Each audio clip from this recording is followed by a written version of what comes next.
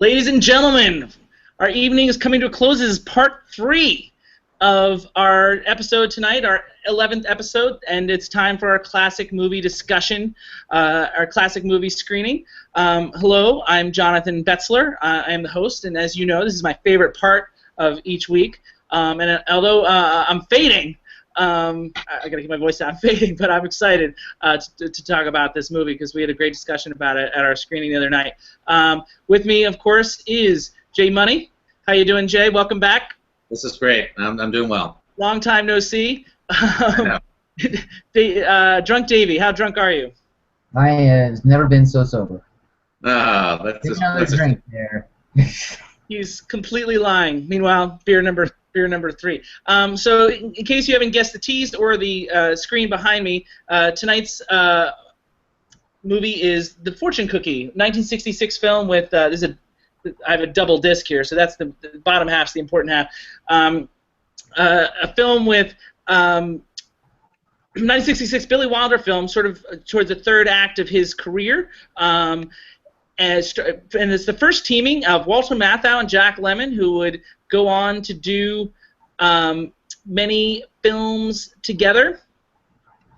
Before we go over to the film, I do want to go over our the classics that we've shown already, which in the previous episodes were part of full-length episodes which talked about the current movie, an indie spotlight, and a classic. They were full, like, 2-hour episodes. Here, it was our first standalone, but here are the episodes if you ever want to go back and see them, and the films we discussed in previous episodes. And on this list, we've got 3 films from the 60s, 2 from the 80s, 2 from the 70s, 1 50s, 1 30s, 1 90s, and no 40s yet, which we will correct next week. But I can tell you that this will be our 4th 60s film that we will be talking about. But you guys haven't seen all those films. You weren't. You guys didn't start watching the classics with me for a while now, or like at least not at first, right? No, we're 8 of the 11 I've seen. Is that true? Yeah. That's impressive. Davie has definitely seen more than I have, but I'm trying to work my way through it. So. Yeah. Well, I mean, it's better. 3 in a row, and that was kind of a problem. It's better than his Disney track record. So yeah, we're here to watch The Fortune Cookie. Jay Money, we had a screening in New York at our big screening room. I don't have any pictures from that screening, unfortunately. But Jay Money, you were actually present for the screening, so you'll have a unique perspective on this. So with that said, I know some of your thoughts already. So let's hear what Davie Joe, who was not present. Let's hear what he has to say. Yeah, I liked the movie a lot. It plays more like theater than film, I think, and I mean that as a compliment. I really just like. Walter Matthau, I think, is amazing in this movie. It's just a lot of fun to watch, and it's kind of something that I talked about way back in our Oscar preview. The idea, the way these movie stars could just kind of be movie stars, and we don't get that today, and I just really like. I'm not sure what you mean by that. I mean, because he's allowed. He would be kind of silly, and he would make facial expressions and things that he would do. I don't know that happens anymore. They were theatrical and broad, and I think what you're responding to in terms of the theater aspect of it is this concept of them. First of all, it was done in 16 scenes and very clearly delineated for you. Mm-hmm. And the other thing is both of these guys. Billy Wilder is not a theater guy, as a director or a writer, but both of these guys, these actors, are theater actors. In fact, Walter Matthau was only in it because he became a little more famous from his Tony Award-winning role in The Odd Couple on Broadway. So, anything else, Davie Joe, that you want to say before we moved along? No, I'm good. Jay Money, you were at our screening, so why don't you give us a little? I mean, what was your sense of the feedback of other people that were in attendance? Yeah, it was interesting because with all your screenings in general, you get a wide variety of people that are there from lots of different backgrounds, different age groups, even. Certainly, you tend to know a lot of people within the industry, so there are people that are much more familiar with the genres in general, with film in general, but also there are people that are actually actors and actresses that are involved in the craft. So it's great to hear their perspective. I think what was interesting about this movie specifically is that there did seem to be kind of I don't want to say there was a split. I guess what I would say is there were some people that picked up on a lot of the more perhaps cynical nature of the film in general, which is something that, as you pointed out in discussion, Billy Wilder is definitely somebody that hones that idea. And there are people that didn't necessarily find it to be funny, but they found it to be humorous, I think, but they wouldn't necessarily characterize it as a comedy, whereas the rest of us, and myself included in this, would definitely have put it into a comedy sort of category. I think that was something that was really interesting to discuss with people. I think that was really interesting to hear how that cut across certain generational lines, but also just in terms of how people interpreted the characters. I mean, there's a lot of complexity to this film, even though on the surface of it, it's kind of a farcical film. Yeah, and I like to use the word farcical. And actually, I mean, the discussion of, comedy versus drama was one of the first, topics brought up, and it took me by surprise. But one of the proponents of that is here. Mike, can you pop on real quick? Because it sort of came up earlier than I thought it would. What's that? Can you just come talk about you were the one that people that felt it was a dark film. No, I didn't think it was a dark film. I thought it had elements of. This is Mike Phillips, everybody. Hello, Mike. Hello. I thought it was primarily a comedy, but had some elements of dark scenery, I guess you could say. Yeah. You mean in terms of the cinematography? No, just like some of the scenes were I interpreted as a little bit darker. Like in terms of would you say because of the cynical nature, or give us an example for these guys? Man, I wasn't prepared, but no, it's okay. I did put him on the spot. Although I did tell him this morning I would ask him questions, but by put on the spot, he doesn't remember that. JB, I think to harken back to something we were saying before. I see that it's a comedy through and through. I just thought there were a couple scenes that I can't specifically cite right now that I was like, oh, that's kind of an interesting take that he went there with it. And I think, and you're lucky, ladies and gentlemen, that he's wearing pants at this time. But Are they? That's one of you. Yeah. What's that? That's what the warning gave you. So, Davie Joe, where do you stand on this? I guess it was the cynicism mainly that led to this interpretation. Where do you stand on this idea? Oh no, I think even the cynicism is silly, and it's intentionally just kind of over the top, and maybe I think more as over the top than it's meant to be, because I kind of, from a professional standpoint, it's absurd. So it's Well, because I really want Davie Joe's side project, ladies and gentlemen, is being a lawyer. So it's coming. That's his unique perspective. I really want to hear more about that, Davie Joe. I really want to hear about your perspective as a lawyer, what you thought about this, which basically deals with a character who's an ambulance chaser, and certainly the movie itself doesn't really have a lot of nice things to say about lawyers, even though you kind of love the main character who is a lawyer. It's certainly a cynical take on this idea of a litigious culture, and you're directly connected to that. So I would love to hear what you thought about that. Oh, I mean, look, it's what's great about this movie is how there's really no repercussions to. I mean, they don't get to have the money. I think at one point he says, "Oh, because no money changed hands, there's no nothing can be made of this," and that's is that a fact? Oh no, that is not a fact. I mean, that's not how it works in real life somehow. No, no. Could it have worked that way in 1966?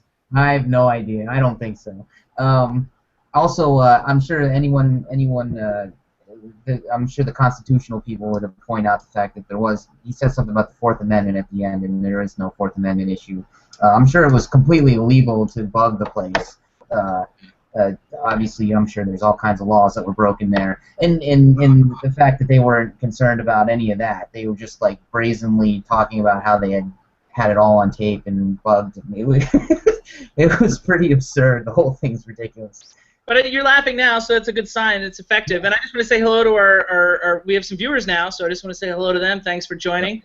And if you've got comments or questions, I mean, I know some of you out there have seen the fortune cookie. Email us or put it on Facebook, and we'll check it before the end of the show, and maybe we can respond to questions or comments. We were just talking about the darkness of the film. And along the lines of cynicism, one of the things that came up that I thought was pretty interesting, J Money, is this, and I think you agreed with me, is this concept along the more cynical side that there's two things I want to bring up, but this concept that sort of was fairly judgmental towards the Jack Lemmon Hinkle character, and sort of like portraying him as kind of a schmo. Yeah.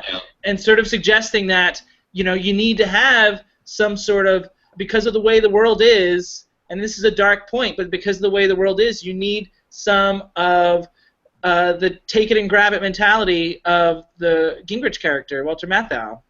Yeah, I think so. I think that Jack Lemmon, first off, he was playing this character named Harry Hinkle, which is, the name itself is so ridiculously alliterative in such a weak way that I feel like it sort of frames his character immediately.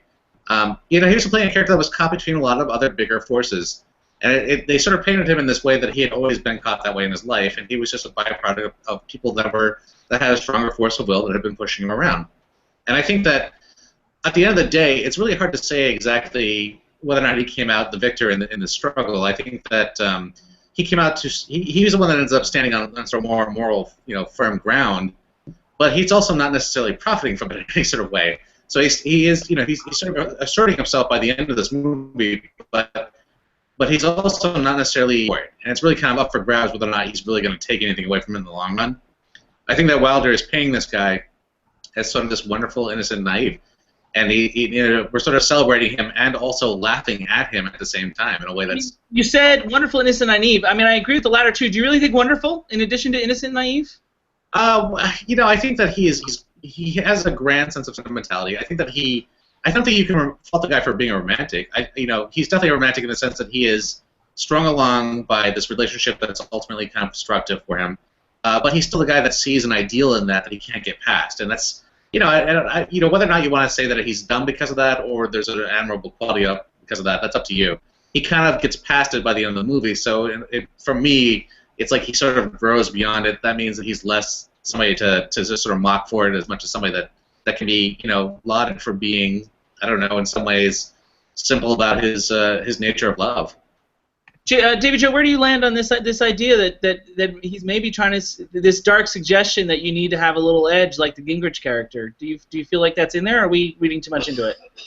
No, I mean, I think it's there, but I think it's also, I think that the contrast between the two is kind of what makes Henry so lovable and likable. I mean, the fact that he is this hopeless romantic, and it's clear, and he knows he's doing a stupid thing, and he's only doing it because he wants to get his wife back, and he knows that she's bad too, and he can't even help it.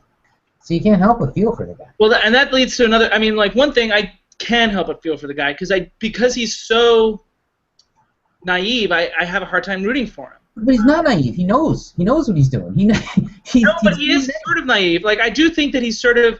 I mean, I don't like him that much. Like, in spite of his moral high ground. I mean, I think we said earlier that you sort of root for the Matthau character more, even though he's technically on the wrong side of right.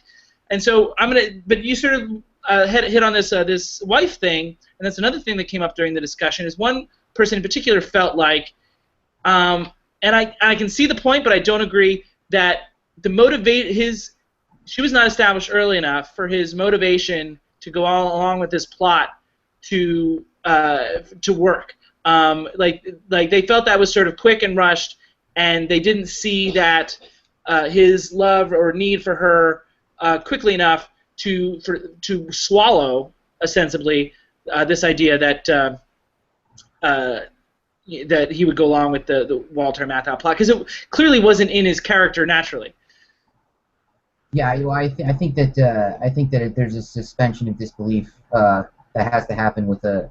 I think it might go along with whether it's you're watching it as a drama or as a comedy, because I see that point, and it didn't bother me, but I can see it though. I mean, I can see it. It didn't bother me either, because I feel like when she came up, he was like, he called her a bitch twice, actually, strangely, for 1966. Yeah. Like, I got the sense from that it's like he doth protest too much type thing. Like, his rage hid his love and his need for her, which was more of an infatuation love, because she was sort of evil. But I bought it. J Money? Well, let me throw that back to you. Was anyone in this movie actually evil? I don't really know if that's true. I think we discussed in the viewing That was my next point. So go ahead. Okay, well, I'll leave it to get to that. No. You do it. You bring it up. Well, I was going to say that I think that we discussed briefly in this viewing that who was the real villain in this movie, for instance? Who was the real problem? Who was the real person that was causing the issue here? Was it the people that were trying to take advantage of the system? Was it the people that were trying to defend the system? Or was it basically the system? I mean, was the villain here really ultimately this idea of a litigious culture of law and of the fact that you have a bigger machine that you have to kind of work over to figure out how to make everything happen in life, or was it the characters who were just trying to work their way through it? And I honestly, from my point of view, I don't feel like there were any really bad characters in this movie. There were a lot of people that were in a lot of gray moral areas, but I don't know if they were necessarily bad. But I think that's true villain-wise in terms of use of the word villain. But one villain we lost our viewers. One word I will use is protagonist. An antagonist. And I do think that the corporations, the big bad corporations, even though they're on the right side of the law, were still the antagonists. Kind of. I know. In story structure. I'm not saying they're the villains. I'm saying they're ultimately they're the antagonists. They're yeah. Okay. I don't. Matthau and Lemmon are heroes. They're the people that we're working against it. Because ultimately, I don't think really. The other thing is corporations are always bad, especially in the world of Wilder. Okay. So I turned to our corporate attorney. Just to say that neither side was on the side of the law. I mean, don't forget they did bug his house and. Yes, fair enough. But they were being cheated in terms of the initially law. They were on the right side of the law for most of the movie. But they're still the antagonist, I think, and I think there's still a satisfaction for me, and I think for most audiences when they fail. Yeah, Davie Joe, I guess I would ask, who are you rooting for by the end of the movie? Oh, no, I'm rooting for Matthau the whole time. Okay. The whole time. It's hard not to. He's such a charming, wonderful character. We really haven't talked about his performance so much yet, but frankly, he is. I was coming to that. Okay. I was saving the photo for that, so go right ahead. Segue. I was just going to say that it's interesting because also I remember in the discussion how everybody talked about how he seemed so Walter Matthau-like in his delivery and how he had become, how he seemed so exactly what we would expect to be for him as an actor. And you were talking about how this was really the first time he was unleashed to the public in this way. And I can understand exactly why he was so, I think, charming to a lot of people and why he became so popular because of this. Because his character it's impossible not to like. I mean, his character, as a shisty, sort of underhanded lawyer, is still ultimately the most fun in this movie, the most fun character in this movie, and the kind of person that you just want to befriend one way or the other. He has all the best lines, and he did win an Academy Award for his performance, Best Supporting Actor, which Davie Joe might have something to say about. But I think that he knows that the show is his in many ways. And Billy Wilder has come on record as saying in his interviews with Cameron Crowe that Whiplash Gingrich is his favorite character of all time. Him and Steve Baxter from The Apartment. So I think that says a lot. Davie Joe, should he have been a leading actor candidate? Yeah, I think so. I'm glad he won an Oscar. But he probably wouldn't have won if he was in the leading category. Yeah. So that's the. So that makes it okay. I think he was the lead in this movie for sure. Jay Money, what do you think? Well, it's funny because I really want to ask Davie Joe. Do you know people that you work with now, or any lawyers in general, that you think maybe base their characters or exemplify the idea of this kind of guy who's very charming and also very self-aware? I mean, I guess I feel like he set an archetype for a certain kind of lawyer that we always think about as kind of funny and also. As far as being self-aware and I thought originally when you started that question, I thought like, did I know any lawyers like him? And I know, but because he's such an outsized sort of theatrical character, I hope that there are no actual lawyers that are like him. No, but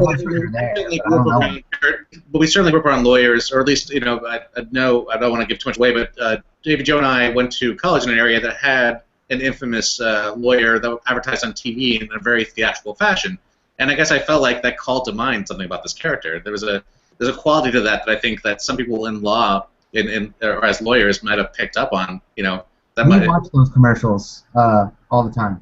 That what inspired you into We your? laugh about them and how ridiculous they are. I show people whenever I meet new people. I show them those commercials. They're all on YouTube. And Yeah. Is that what inspired you, Davie Joe, to your current profession? Not at all. Not at all. Now, I mean, I'm a big Wilder fan, so I mean, and the performances are key to our discussion tonight. So I don't want to segue away from it and then back to it, but I do want to close this element of the discussion where we just talk about the movie to sort of find like my final take on it. I mean, in the scope of Wilder, it's sort of slight and trite. It's not necessarily. I mean, like I think it's fair to say that the viewership at our screening was pretty positive, a net positive almost overall, wouldn't you say? Yeah, I would say so, definitely. And I mean, I feel positively about the film. I like the film, but I don't love the film, and certainly in the milieu of Billy Wilder, it is not anywhere near. I don't know if it'd make a top 10 Wilder list. Maybe at the outer edge of it. I mean, it's smart, it's sharp, but the impact I think is small ultimately, and it's fairly contrived, and it also, for all that it's great performance by Walter Matthau. I actually like Judy West a lot as the wife. I think Lemmon is off his game personally, and part of that has to do with the script. He knew he didn't have as good his role, but he hams it up in a way that does not feel as natural as when Walter Matthau hams it up. That's true. I would agree with that. Would you say? And I'm going to go back to this. What's that? Would you say that it's a not primarily a performance-driven movie? I mean, I think it's a screenplay-driven movie. Okay. Would J Money? Would you agree with that? Yeah, definitely. I think it fits very nicely into a certain kind of screwball comedy. Well, I mean, if you can use the word screwball comedy, that's a genre all to itself. It has some that requires some. But I mean, like, I don't think you meant it in the way that. I didn't mean it in terms of the genre. I guess I meant in terms of it being farcical. To go back to that word, because it. Farcical is a great word. I think it like is up there with Moliere and that sort of thing. Yeah, and sure. But I mean, so Lemmon was off his game. I also thought that Ron Rich was a weak link, and we had this sort of conversation about the dearth of African American actors, at the time, and I don't know if it was you or someone else that sort of excused the film because of that. I had a bit of a harder approach. I mean, I definitely feel like there were better actors than Ron Rich. What did you say? You said, but they also needed like a football player, and that's an issue as well, I suppose. But I mean, a football player, you need a big guy. Yeah, I mean, I can see that, but at the same time, I guarantee you there was better actors. I just don't think they did hard. You're right. There are. But I think JB, there should be something said about how progressive some of the notes at the end of this movie become in a way that I think all of us were kind of surprised to see. Yes. Some of the words used in the film. But also just the way that Wilder sort of set up the scene was pretty interesting in a way. It was very. He had a very strong opinion about what you were supposed to react to, and I think that was kind of different for that time. I mean, it was getting there. It was right on the edge of. It was a hot button issue at the time for sure. 66, 67, 68, probably the #1 issue of the day. And 67, the very next year would see, the majority of films nominated for Oscars were race-related films. In the Heat of the Night, Guess Who's Coming to Dinner, etc. So it was an issue very much of the time that they sort of just touched on in a way that almost feels less egregious than Guess Who's Coming to Dinner. Which is so, shove it down your throat. I appreciate that about it. I just would appreciate it more if Ron Rich, he's just not a believable actor. Like, the role is fine. I just don't think he is a believable actor. Like, he did not seem like a three-dimensional character. No, it's very wooden. He felt a little awkward and stiff and everything, but he didn't take down the movie for me in any sense. So, it's a minor weak point. The other thing that we didn't talk about was the comic timing, and that's the final little point that came up in the screening, granted, it was 1966. Movies didn't become faster until 1981, but in spite of all that, and the way that the film was broken up into scenelets, which we appreciated on one level, but the jokes seemed to flow in an unnatural way in some cases. That was my And like I felt like especially in scenes would end and Matthau would have to like hold a pose after he'd land a joke, be funny, but then he'd have to hold a pose while. And it's really the fade outs at the end of each scene which were really destructive, I think, to the pace. Yeah, I guess for me again that's more of a time and a place kind of situation. I guess I would say that audiences back then probably wouldn't respond the same way that we are now.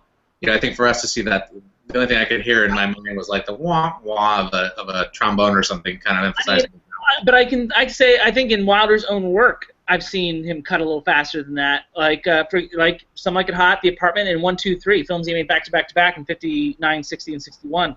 Well, but I mean, it's not like there weren't fast cuts between jokes that were inside scenes. There were certainly a lot of jokes that were coming fast and hard during the scene itself. It's just that sometimes it would leave a scene a little open at the end there. Yeah, but it was awkward. Like it was this like awkward, release that it didn't feel. It felt like it slowed down the momentum. Awkward release, huh? Okay. Did you have to make it sexual? Is that what you needed to do? Right. Davey, I'm just embarrassed. Drunk Davey, are you embarrassed by J Money right now? Every day. I'm the one wearing a suit, man. I should be in court. What are you talking about? Guys, I'm gonna move on. Do you guys have thoughts before I move on? Go on. Okay. Another favorite of mine, the classic movie showdown, the brackets, and this bracket is particularly unique because it's different in the sense that we're going to be focused more on the performances than anything else. I think that I don't think we've done that yet on this show. Am I wrong? No, I think you're right. I think that's true. Yeah. Okay, so here's what we got going on. We got the Best Supporting Actor bracket going on. And so it's all the Best Supporting Actor winners. We took the 64 top ones that pitted out against each other, and we had the vote. Here's what we had for this week. Matthau's a 10 seed in the Fortune Cookie for his, understandably over-the-top performance, but in a fun way. Scene stealing, if you will. But also scene stealing, Gene Hackman in Unforgiven, 1992 Best Supporting Actor Oscar winner. And J Money, you can attest this landed in a tie at the screening that I had to break. Yeah, it was a hard call for people. So with that said, I don't think J Money voted, but since he was there, I'm going to go to Davie Joe first. Davie Joe, your vote doesn't count, but if it were, what would you say? Oh, man, this is so hard. I might have to go Hackman. That's a great performance. Yeah, I mean the best of these brackets are when it's hard. I mean, that's the fun of it to me, is when it's really like, ooh, like when you feel like greatness on both ends here. And I actually didn't expect it to be as close as it was. I didn't expect a tie. Why Hackman, would you say, Davie Joe? I'm trying to think. Did you rewatch the movie this week, like I asked? Yeah, and I've seen it a million times. 1 million times. I think you could be using that time just to watch more Disney films. All right, yeah, no. The thing about Hackman's performance that always kind of stuck out to me is how he just had this earnestness to him, and he didn't. Earnestness. That's an interesting word. Yeah, because I mean, he's this guy that has accomplished all this stuff, and he's kind of a badass that takes down the worst of the worst. But he's like, I'm not that fast with a gun. I just keep my cool and handle it, and I think that the way he sells that is it's something else, man. Well, I mean, I had a moment, actually, like, I came in here not thinking I knew what I would say in case of, I actually didn't expect there to be a tie, so I didn't think about it beforehand, and just I was about to say something, like, automatically, I rethought it. I don't know if you remember, J Money, that moment in the screening where I was like, oh, wait, this is actually harder than I thought, because both have borderline over-the-top moments, and I didn't necessarily want to give it to Hackman just by virtue of how it's a more recent performance and therefore less theatrical. You know what I mean? Like, you have to sort of weigh the performances against their time if possible. And I'm granted I might be better suited to do that than a lot of people, given my film history experience. But J Money, would you say that I broke the tie in the right direction? I personally would. I mean, I not to discredit any of the performances here. I really enjoy both Walter Matthau and Gene Hackman in their respective roles that we're talking about here.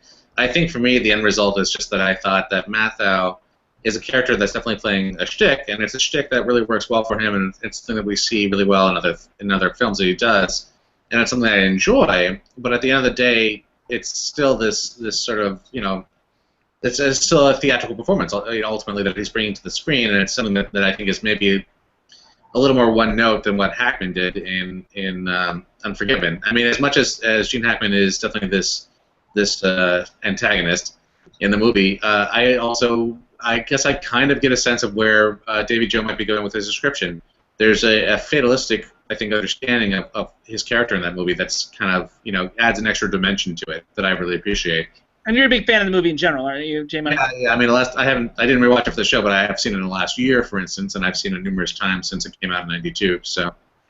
For me, yeah, I had to break the tie, which is unusual, but this scene alone, I think, put it over the top. I don't know if you remember this scene. I call it the Duck of Death scene. Yeah.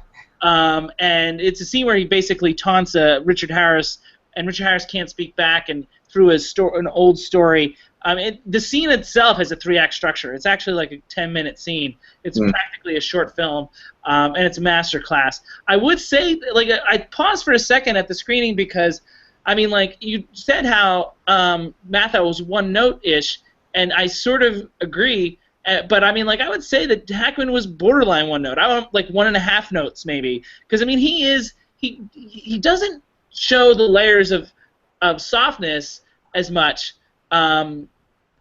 as I would have liked. It doesn't feel like he's diabolical and a great villain. He is more of a villain, I think it's fair to say, in Unforgiven.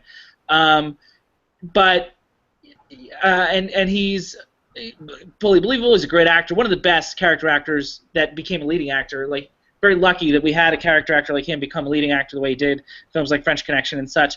But he and most understated actors, like he's a great actor.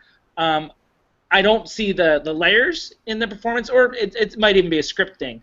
But well, I think to your point just now, you're right. It's not so much that there's a real strong difference necessarily, but you're saying 1 note to 1.5 note. It's the half note here that I catch that kind of edges it up a little bit further. No, I agree, and I broke the tie, and there it is, the winner.